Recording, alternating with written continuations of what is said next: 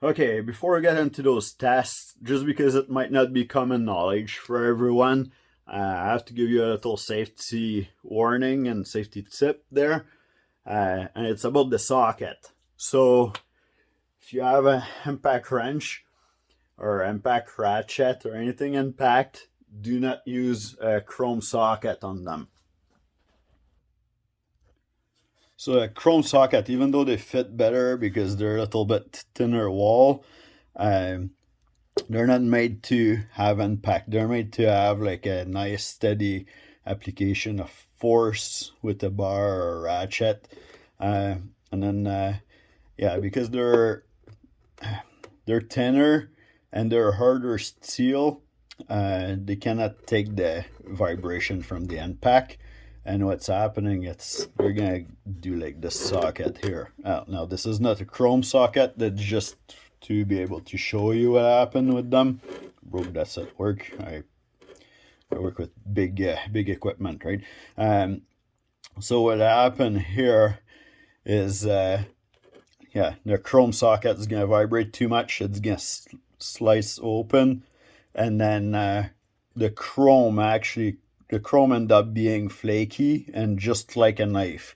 So now you should never, if you have impact tools, put your end on your socket when it's turning, and then yeah, because even this one is an impact one and it broke open like this, but yeah, the chrome one will rip the inside of your end, it will shred.